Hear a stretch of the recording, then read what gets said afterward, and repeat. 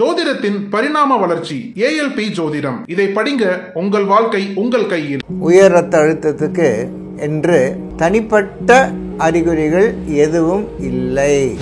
ஏன் அப்படி சொல்றேன்னு சொன்னா, அதனால தான் அதுக்கு சைலண்ட் கில்லர்னு சொல்றோம். இரத்த கொதிப்பு ஒரு நபருக்கு இருக்கும்போது அது நிறைய நேரங்களில்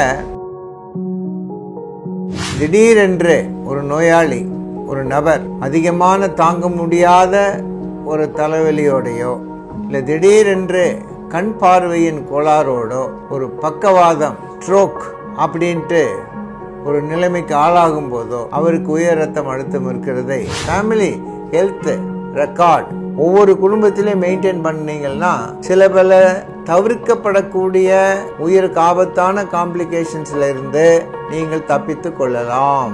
சில பேர் சொல்லுவாங்க, எங்கள் வீட்டுக்காரருக்கு இப்பெல்லாம் ரொம்ப கோபம் வருது டாக்டர், ஒரு பிபி இருக்குதான்னு பாருங்க அப்படின்னு சொல்லுவாங்க. அது உண்மைதான். ஏன்னா ஹை பிபினால தலைவலி வந்ததா, இல்லை டென்ஷன் ஆயிட்டாரா, இல்லை ஷார்ட் டெம்பர்ட் ஆயிட்டாரா, இல்லை ஷார்ட் டெம்பர்டாக இருக்கிறதுனால பிபி வந்ததான்னு யாருக்கும் தெரியாது.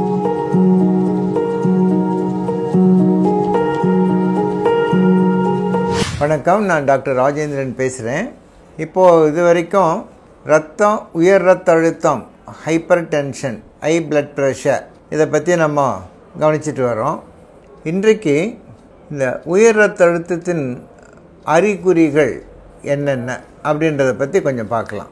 நான் ஏற்கனவே சொன்னபடி ஹை பிளட் ப்ரெஷர், இரத்த கொதிப்புக்கு ஒரு பேர் வைக்கலான்னா மௌன கொல்லி அப்படின்னு பேர் வைக்கலாம். சைலண்ட் கில்லர் அப்படின்னு ஆங்கிலத்தில் சொல்லலாம். அப்போ இதுக்கு அறிகுறிகளே இல்லையா அப்படின்னு நீங்கள் கேட்குறது எனக்கு கேட்குது. இப்போ எப்படி ஒரு நீரிழிவு சர்க்கரை நோயாளிக்கு தண்ணி தாகம் அதிகமாக எடுக்கும், யூரின் அதிகமாக போகும், நுரைச்சிட்டு போகும், ராத்திரியெல்லாம் போயிட்டுருப்பார் அப்படின்னு ஒரு முக்கியமான அறிகுறிகள் இருப்பது போல் இரத்த கொதிப்புக்கு, உயர் இரத்த அழுத்தத்துக்கு என்று தனிப்பட்ட அறிகுறிகள் எதுவும் இல்லை. இந்த ரகசியத்தை நான் உங்களுக்கு சொல்லணும். ஏன் அப்படி சொல்கிறேன்னு சொன்னால், அதனால தான் அதுக்கு சைலண்ட் கில்லர்னு சொல்கிறோம். இது உண்மையா? ஆமாம், உண்மையே உண்மை. ஏன்னா நிறைய சமயங்களில் நோயாளிகள் எப்படி வந்து சேர்றாங்கன்னா, ஒரு மருத்துவமனைக்கு, ஒரு அவசர பகுதிக்கு, ஒரு எமர்ஜென்சியாக எப்படி வராங்கன்னா, ஒரு திடீரென்று ஏற்பட்ட ஒரு காம்ப்ளிகேஷனால் தான் வந்து சேர்றாங்க. அதாவது இரத்த கொதிப்பு ஒரு நபருக்கு இருக்கும்போது அது நிறைய நேரங்களில் நான் இருக்கிறேன் என்று தன்னை பற்றி ஒரு விளம்பரம், சுய விளம்பரம் செய்யாது. ஆனால் திடீரென்று ஒரு நோயாளி, ஒரு நபர் அதிகமான தாங்க முடியாத ஒரு தலைவலியோடையோ இல்லை திடீரென்று கண் பார்வையின் கோளாறோடோ திடீரென்று ஒரு பக்கவாதம், ஸ்ட்ரோக் அப்படின்ட்டு ஒரு நிலைமைக்கு ஆளாகும் போதோ, திடீர்னு மூச்சு இறைத்து நெஞ்சு வலித்து ஒரு அபாயகரமான மாரடைப்புக்கு ஆளாகும் போதோ, ஒரு ரொட்டீன் செக்கப்பில் பார்க்கும்போது அவருக்கு கிட்னி செயலிழந்து இருப்பதன் மூலமோ அந்த சூழ்நிலையிலோ நம்ம அவருக்கு உயர் ரத்தம் அழுத்தம் இருக்கிறதை அநேக சமயங்களில் கண்டுபிடிக்கிறோம். நோயாளிகிட்ட கேட்கும்போது, பாதிக்கப்பட்ட நோயாளிகிட்ட கேட்கும்போதோ இல்லை அவங்க குடும்பத்துக்கிட்ட நாங்கள் விசாரிக்கும் போதோ, அவருக்கு பிபிஎல்லாம் கிடையாதுங்க டாக்டர், எங்கள் குடும்பத்துக்கே இல்லைன்னா பார்த்துக்கோங்களேன் அப்படின்னு ஒரு பெருமையாக கூட சொல்லுவாங்க.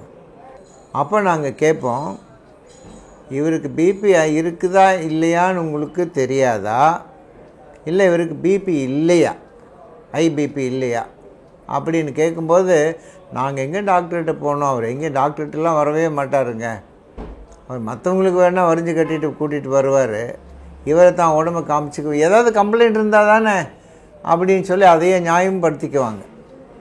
எனவே தான் உயர் ரத்த அழுத்தத்துக்கென்று தனிப்பட்ட ஒரு அறிகுறிகளுக்காக நாம் வெயிட் பண்ணணும்னா ஒரு காம்ப்ளிகேஷனோடு வர்றது தான் நாங்கள் பார்க்குறோம்.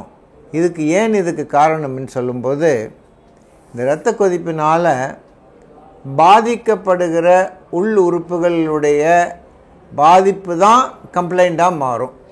எப்படின்னு சொன்னால், ஒரு உதாரணத்துக்கு காலையில் நல்லா ஒரு வேலைக்கு போயிருப்பார், அங்கே திடீர்னு தலைவலி இருக்குதுன்னு சொல்லியிருப்பார், 2 தடவை தான் வாந்தி பண்ணியிருப்பார், அப்படியே கீழே தரையில் விழுந்துட்டுருப்பார்.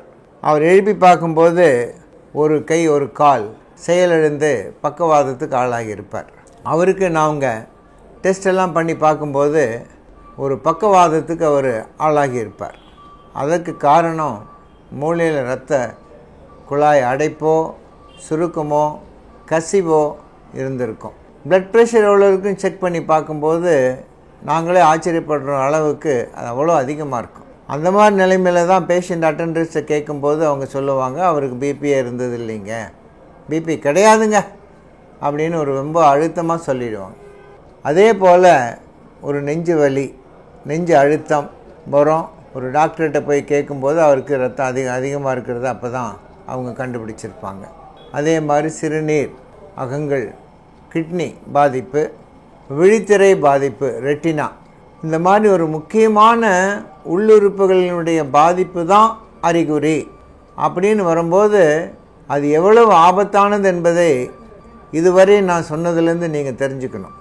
எனவே தான் இரத்த கொதிப்புக்குன்ட்டு தனிப்பட்ட ஒரு அறிகுறிக்காக நீங்கள் காத்திருக்கவே வேண்டாம். அப்படியா டாக்டர், அப்போ எப்படி தான் இவருக்கு ஒருத்தருக்கு பிபி இருக்குது இல்லைன்னு கண்டுபிடிக்கிறது, நாங்களாக தெரிஞ்சுக்கிறது? ஒரே ஒரு சுலபமான வழி என்னன்னா, எனக்கு பிபி இருக்கா, எனக்கு உயர் இரத்த அழுத்தம் இருக்கா இல்லையா என்பதை அவ்வப்பொழுது மருத்துவரிடம் சென்று அதை சரிபார்த்து கொள்ள வேண்டும். பிபியை செக் பண்ணிக்கணும். செக் பண்ணும் ஒரே வழி மூலமாகத்தான் ஒரு நபருக்கு இரத்த அழுத்தம் உயர் இரத்த அழுத்தம் இருக்குதா இல்லையா என்பதை தெரிந்து கொள்ளலாம். இல்லாத வரைக்கும் அது மௌன கொல்லியாகவே இருந்து ஒரு கட்டத்தில் ஒரு ஆபத்தான சூழ்நிலையில் தான் நான் இருக்கிறேன் என்பதை அது வெளிப்படுத்தி காட்டும். எனவே நான் உங்களிடம் கேட்டுக்கொள்வது எல்லாம், ஒரு குடும்பத்தில் ஒருத்தருக்கு பிளட் ப்ரெஷர் இருந்தது அப்படின்னாலே தயவு செய்து குடும்பத்தில் உள்ள அனைவரும் உங்களுக்கு நம்பகமான மருத்துவரிடம் உடனடியாக சென்று எல்லாரும் பிபி இருக்குதா இல்லையான்னு செக் பண்ணி அதை நோட் பண்ணி அதுக்குன்னே ஒரு புஸ்தகம் போட்டு ஒரு ஹெல்த் புக்குன்னு வச்சுக்கோங்க வீட்டில். அதில் யாருக்கெல்லாம் பிபி இருக்குது, யாருக்கெல்லாம் சுகர் இருக்குது, யாருக்கெல்லாம் உப்பு இருக்குது, யாருக்கெல்லாம் கண் பார்வை பிரச்சனை இருக்குது, ஹெல்த் இஷ்யூஸ் என்னென்ன இருக்குதுன்றதை நீங்கள் கண்டிப்பாக ஒரு நோட் பண்ணி வச்சிட்டிங்கன்னா இது ரொம்ப உபயோகமாக இருக்கும். எனவே ஒரு ஃபேமிலி ஹெல்த் ரெக்கார்ட் ஒவ்வொரு குடும்பத்திலையும் மெயின்டைன் பண்ணிங்கன்னா சில பல தவிர்க்கப்படக்கூடிய பக்க விளைவுகளிலிருந்து, உயிருக்கு ஆபத்தான காம்ப்ளிகேஷன்ஸில் இருந்து நீங்கள் தப்பித்து கொள்ளலாம். எனவே நான் மீண்டும் சொல்லுகிறேன், ஹை பிளட் ப்ரெஷருக்கென்று தனிப்பட்ட அறிகுறிகள் இல்லை. அது எந்த ஒரு முக்கியமான உள்ளுறுப்பை தாக்குதோ அதன் ரிலேட்டடாக ஒரு கம்ப்ளைண்ட் வரும். தலைவலியிலேருந்து, கண் பார்வையிலேருந்து, நெஞ்சு வலியிலேருந்து, படபடப்பிலேருந்து. சில பேர் சொல்லுவாங்க, எங்கள் வீட்டுக்காரருக்கு இப்போல்லாம் ரொம்ப கோபம் வருது டாக்டர், ஒரு பிபி இருக்குதான்னு பாருங்கள் அப்படின்னு சொல்லுவாங்க. அது உண்மைதான். ஏன்னா பிபினால் தலைவலி வந்ததா, இல்லை டென்ஷன் ஆகிட்டாரா, இல்லை ஷார்ட் டெம்பர்ட் ஆகிட்டாரா, இல்லை ஷார்ட் டெம்பர்டாக இருக்கிறதுனால பிபி வந்ததான்னு யாருக்கும் தெரியாது. பட் நாங்கள் வழக்கமாக பார்க்குறது உயர் ரத்த அழுத்தம் இருக்கிறவங்களுக்கு இந்த மாதிரி கம்ப்ளைண்ட்ஸ் எல்லாம் பர்சனாலிட்டி சேஞ்சஸ் எல்லாமே வரும். இவர் பார் பொறுமையாக அன்பாக இருந்தவர் இல்லைங்க, இப்போ தான் அங்கே ஒரு மாதமாக ரொம்ப கோவப்பட்டுன்னு இருக்கார், எல்லாத்து மேலே எரிஞ்சு விடுறாருங்க, நைட்லாம் தூங்க மாட்டேங்கிறாரு, திடீர்னு பார்த்தா மாற பிடிச்சிட்டு உட்காந்து இருக்காரு, கேட்டால் எனக்கு ஒன்றும் இல்லைன்ட்டு ரொம்ப கோபமாக பேசுகிறாரு. அப்படிப்பட்டவங்களுக்கு தயவுசெய்து இரத்த அழுத்தம் இருக்குதா இல்லையா என்பதை தயவுசெய்து சரிபார்த்து அதன் மூலமாக உடலிலிருந்து ஆரோக்கியத்தை நீங்கள் இழக்காமல் பார்த்து கொள்ளும்படி அன்புடன் கேட்டுக்கொள்கிறேன். நன்றி, வணக்கம்.